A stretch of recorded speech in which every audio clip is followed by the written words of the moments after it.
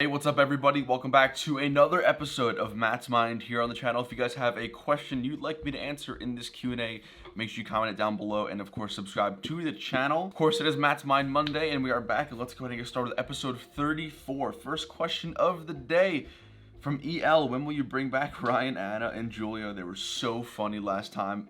I don't know. COVID-19 has obviously put a huge damper on any plans I had both within LEGO and outside of LEGO. Obviously, LEGO conventions were canceled, Brick Fair, Virginia, Chicago, all that stuff was canceled. So it's a little bit weird having like people you haven't been quarantining in your house, at least for the rest of the year. So the honest answer is I don't know. I'd love to get them back. You'd be surprised at how many people have actually DM'd me, messaged me, emailed me about getting Ryan, Anna, and Julia back for some more content. The last videos that we did were really fun. If you guys haven't checked it out, I definitely suggest you do that, but I don't know when. I'm really hoping at some point soon we will, but I'm glad you enjoyed them on the video. I know they were really fun for a lot of you guys to watch during the live stream, and we've grown considerably since then too, so it would be really cool to have them back on, but hopefully soon. I don't know when. The next question comes from GC_claps. What is your favorite LEGO theme other than Star Wars? I would probably have to say Indiana Jones. I think that was like the second largest theme that I was into as a kid. Obviously, Indiana Jones now is no longer a thing, which is unfortunate, but when I was growing up, we used to have every single Indiana Jones set along with pretty much every single Lord of the Rings set when I was a kid too.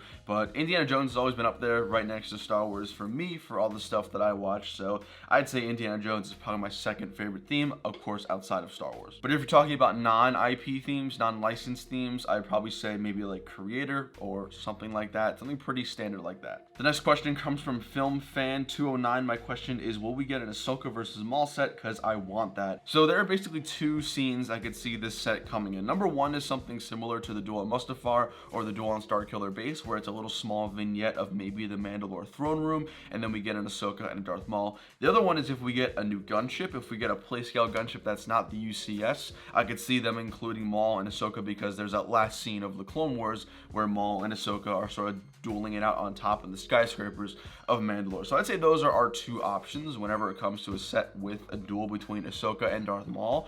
Do I think that will ever happen? I think there's a pretty decent chance. I'd say it's probably one of the most memorable scenes from the Clone Wars Season 7, especially within that Mandalore arc. So I would say we're more likely to get a Duel on Mandalore set, like a $20 set with two minifigures, a small vignette of maybe the Mandalore throne room, something like that. I personally would love to get the gunship. I think that just fits better with what the community wants in terms of a remake of the gunship behind me, or maybe even like a custom one like this, which I will be reviewing very soon. So I think we're gonna get it. I think it's only a matter of time. The next question comes from Tulio Studios. A question from Matt's Mind. Have you met Ashton Flash or just too good yet? Unfortunately not. Obviously, like I said earlier, travel in the pandemic has sucked, so I wouldn't really have had an opportunity. When I was down in Florida, I think it was earlier this year, or maybe even last year, when I took the trip down to visit Anthony and Blaine, Justin and I tried to meet up. It just didn't work out. I think there was actually a time where I was in Florida and then like he was in the Northeast or something like that, but I've not met either Justin or Ash. I hope to meet them at some point. They're both phenomenal creators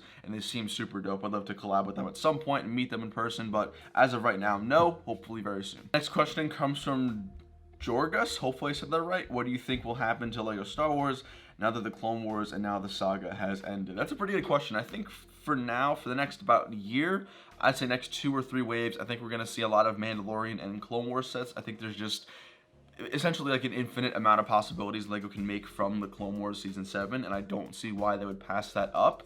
And then that being said, in 2 or 3 years, hopefully the new Star Wars trilogy, wherever and whatever time that takes place in, should be rolling out. So I think right now we're going to be entering like the Clone Wars era, maybe some anniversaries of the prequel movies. I think it's going to be taking up a lot of sets that we're getting right now, and then hopefully in a few years when that new trilogy comes out, we'll get more sets based on the new trilogy, whatever that may be. But I think Star Wars is fine. I don't think it's going to like die or anything. There's still plenty of opportunity for sets that we haven't gotten, and plenty of opportunity for remakes of sets that we really want. Next question comes from Octavo Dad. When you do a room tour of the place that you're in right now, will you do a tour of it? So right now I'm actually almost done with like the quote-unquote studio. It's just a temporary workspace that I've had the opportunity to sort of make my own down here in the house. I've done a room tour, like a room tour. It's already been out for quite a while now, so you can check that out if you want to, but I will be making a studio tour because I have like my store set up, I have my review set up, and then I have my live stream set up. That'll make for a pretty cool video, so I'm going to be doing a studio tour of that coming very soon, so stay tuned for that. Next question comes from Mike and Ike Productions. He's asked, do you have any tips for streaming? You're an amazing new streamer and seem to know what you're doing. Thank you, I appreciate that. To be honest, I've just done a lot of trial and error. If you look at my first live streams with like Crate and even during Kessel, those live streams were pretty bland and pretty boring. So I've definitely learned as I've gone along.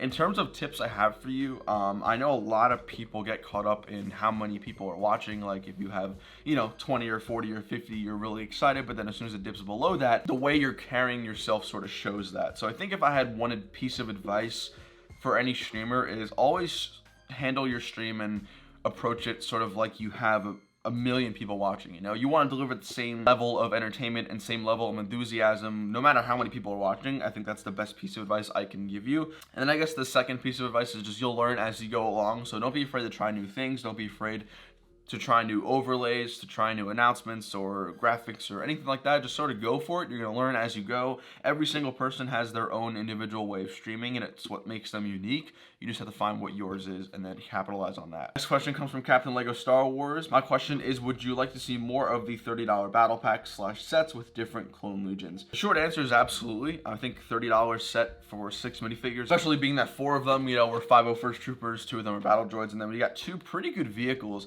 I love to see more of these. I think there's a lot of opportunity. Maybe if we can get another $30 set geared towards Mandalore, maybe another 332nd, maybe some Mandalorian troopers, maybe some Darth Maul Mandalorians as well.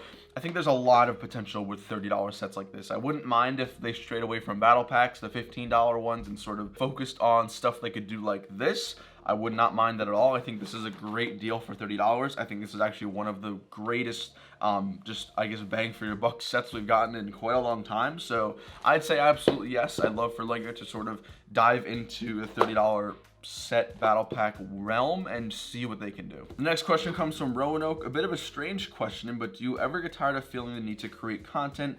Basically, do you ever have moments at conventions where you would rather not pick up the camera and vlog? And also, would you ever rather just do a convention where no one recognizes you and you could just spend all your extra time getting to hang out with the boyos?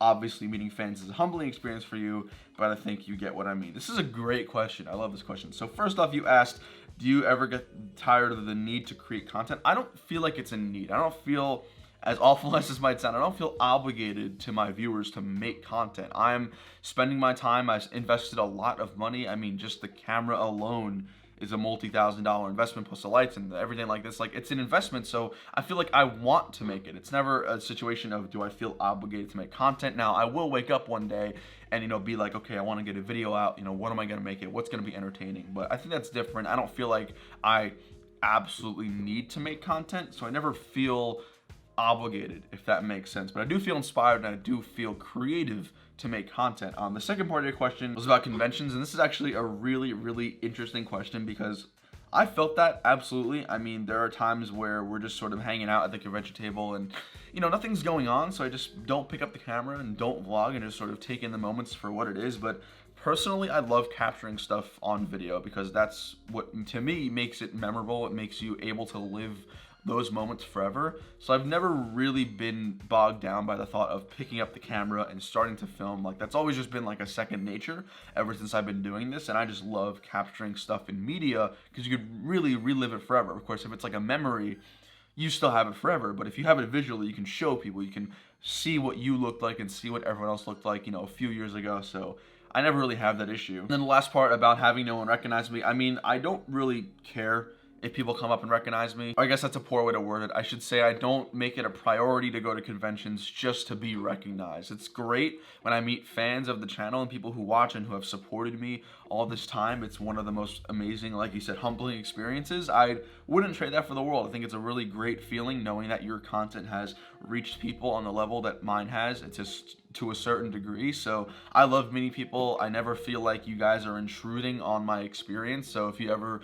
you know, see me and it looks like I'm busy or talking with somebody, BS, come up and say hi. I'm never too busy. And yeah, so that's a good question. Last question comes from Playmation Shorts. What other Star Wars mosaics would you like to see? I would like to see the core 3. I don't really need the color palette to be the same since we already have a set that's, you know, Sith oriented with red and black and sort of like navy blue. I would like to see Han, you know, Luke and Leia, I think in a kit. I think that just makes sense. I'd also love to see, like you said, the clone troopers.